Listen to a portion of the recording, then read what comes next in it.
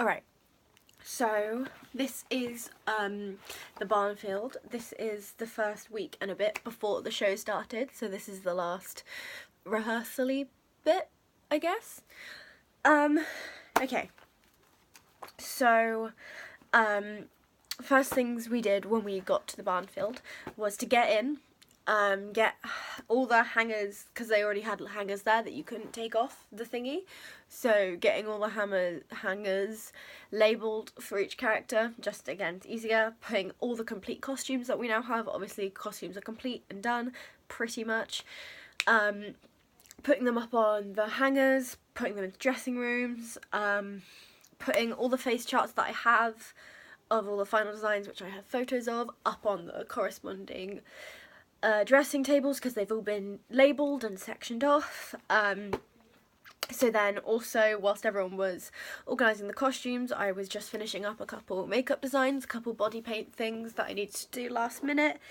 So that's another thing I did, just getting everything ready for the workshops, getting them all out. And then what we did after we've got in, organised everything, you know, taken all the bags that we'd got, put them where they needed to be, everything was, you know, ready to go. Just like there were 3 of us who sorted it out one day and then other people came down the next day.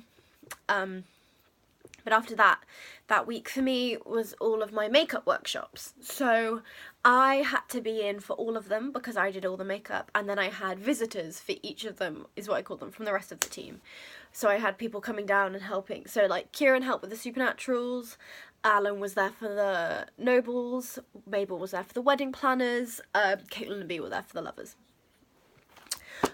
So also, whilst I was doing, so what I wanted the workshops to be were for the smaller groups. So for the nobles, I had just Essie and Lena.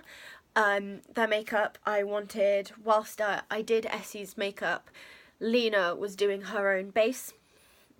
So I first came in, I was like, Essie, you need to do your base. And then when I came in and was doing Essie's makeup, Lena was doing her base, and Alan was doing her hair, so that I had a fluid system, so no one was sat around doing nothing, and so that, you know, the actors felt like they always had someone to talk to about it. So then whilst I was doing Essie and Lena's makeup and everyone's, I was in the smaller groups, I was talking them through specifically what I was doing. I was showing them what I meant about the face charts, making them look into the mirrors every time after I'd done a step, or asking them if they'd understand it, asking them if they could do it themselves, just so I'm obviously, well, I wasn't meant to be there every night, but I ended up being there every night to do the Moon's makeup, which I'll talk about later.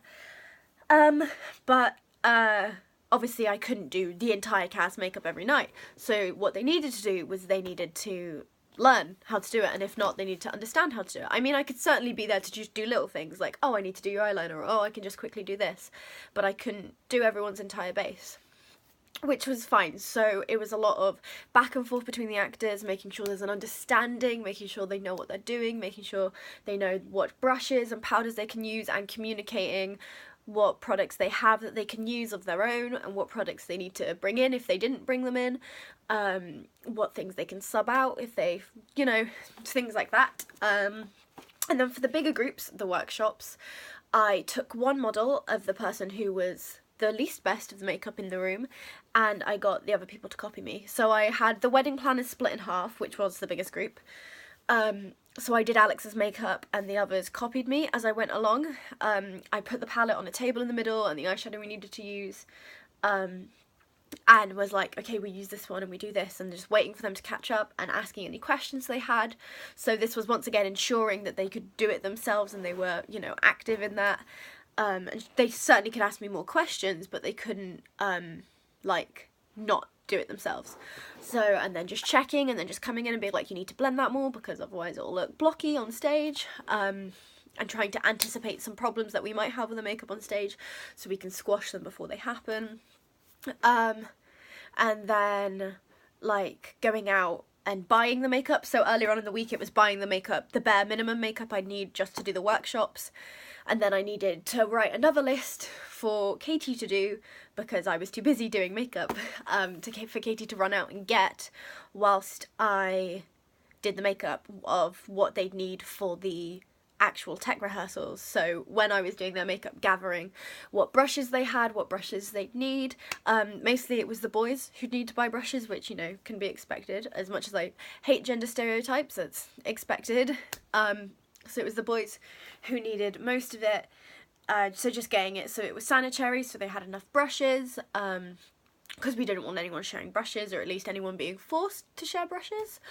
So things like that, things like last minute makeup buying, going out and deciding what we needed to do. So yeah, the workshops were very much just like solving problems as they came up, teaching people how to do it, so just like sorting it out right then and there, instead of having the big old, I haven't done this, and me running between 5 different changing rooms on a dress day. So makeup workshops were incredibly helpful, incredibly productive, and really professional as well. I did have music on in the background, obviously, because so it's not awkward, but I kept, you know, you can talk to me when you need help with this, with these things. This is what we need to do, these are the techniques, this is why we're doing them, answering any character questions they had, so they could understand like the motivations and stuff behind it, working together as a company as we should be.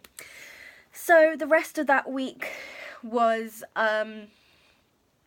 just watching top and tail performances and dress rehearsals and taking copious notes. So making notes like, for example, one of the fairy's trousers needs to come undone, we need to sort that. Or that makeup looks like that, we need to sort that. Or like anticipating, like, Lily needs a jumper, Lily doesn't have a jumper, is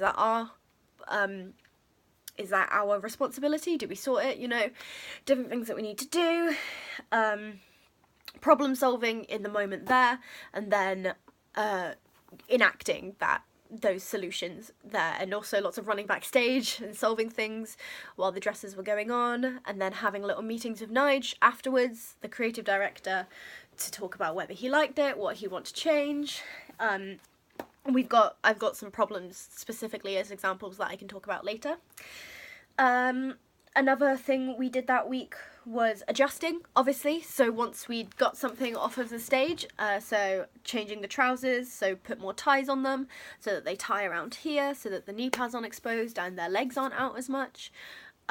Deciding if like people need more, so like the fairy's hair need messing up more, that was a note from Nige, and then just responding that, putting that around to the fairies.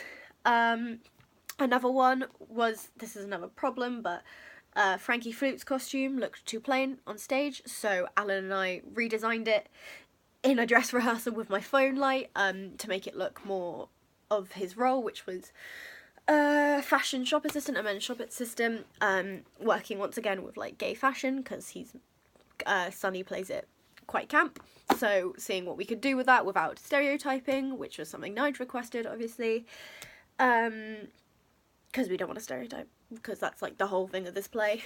And then like just lots of running back and forth, and then for the actual tech, which it was manic, it was me running around all the different changing rooms, just quickly grabbing someone and doing that for them, showing them an example, but making sure they could do it on the night, and if not, I'm just in this office around the corner, running around, but also like helping with costumes, so like sewing things last minute because I can hand sew, figuring it out, and then also Alice didn't have any makeup and was upset by that, so quickly coming up with a look on the fly, and then whilst in the first tech rehearsal properly fully designing one with tribal paint, which obviously all the photos will be down below, all the photos of the face charts as well, but designing that on the fly, and taking all those mental notes I'd made, not mental notes, actual notes, but still had in my mind, about how she portrayed the character, different things I could put on, different meanings I could put on behind these face paints, because at this point I know I have so much knowledge about meanings behind tribal face paint, I could come up with a design in my sleep. I probably did. So yeah, another thing with the first tech was then having meetings afterwards and doing adjustments ready for the first show for that. So talking about things like making Titania stand out more, which we've discussed. We had one more tech before the show after this tech. So changing things like that, and then responding to Nigel's notes as well, like saying the mechanicals he wanted patched to Polly and Flute to have patches on their sleeves, so me saying, right, yeah, I can sort that, and then allocating those different roles for the different free time and the different people that would be there on different nights. So yeah, that's very much getting everything organised and sorting everything out. But like really, I find this week I really took on a leadership role, which I said I wanted to do from the start. I was excited to use the confidence that I've gained over the terms on the months on the course, to take on a leadership role, which I definitely felt I did during the week before and then the show week as well, because I was there every night, which honestly like made me so happy because it meant I could organise things in the way that I knew worked. I was there for any questions that inevitably came up about the makeup. I could problem solve, which I'll go into more detail in the show week vlog that I have. But yes, I felt proud of myself because I took on a leadership role and I handled it very well. I felt very in control the entire time. I thought the workshops were going to be manic and no one would get done in time. It wasn't. The only problem was when all the fairies came in at once, but we sorted it out, me and Kieran. We remained cool and calm and professional, which I really, really wanted to focus on, especially coming into the barnfield. And also, yeah, that leadership role and making sure that no one was sat doing nothing, which is a problem with our team. A lot of people spend time doing nothing when there's a lot of jobs to be done. So making sure that like you can do something, you're doing something, you should be doing this, you can allocate this, you can be doing this, just throwing around roles and then making sure things that I was doing, things that need to be done were being done, they were doing hair when it was needed, and yeah, just being a leader for a little bit, which is rare for me, so proud of myself. So then some targets that I had during that week was moon makeup, which I obviously did. I wanted to get it done immediately as fast as I could, and I did it the next day. It was great. Me and Bex sorted that out between ourselves, with Alice as well, who was the moon. Really just sorted it out, got it down, which great. Another target was problem solving, so really getting on those skills, and I know that's like a massive thing for the UAL course. Problem solving, obviously I've been on this course for 3 terms now, but yeah, like, because I feel like this is problem solving and it's absolute like finest like resource of it. It's, of course, we're going to have people coming up to us and being able to solve those problems instead of just panicking, so being able to keep an emotional down. And that was another one. To remain organised, I wanted to keep organised so that it wouldn't get too hectic, wouldn't get crazy backstage. Our area in the costume office was always clean, so that we always had things there ready to go. We knew what resources we need if they run out, so we were really ready to hit this show week with a running start, ready to go and remain organised and be the costume team that we needed to be. And also remain level-headed, which, yeah, I definitely, like I said, the leadership role really brought that out in me, and brought on a calmness, I suppose. So then some problems, just to name a few. I've got 4, just as an example.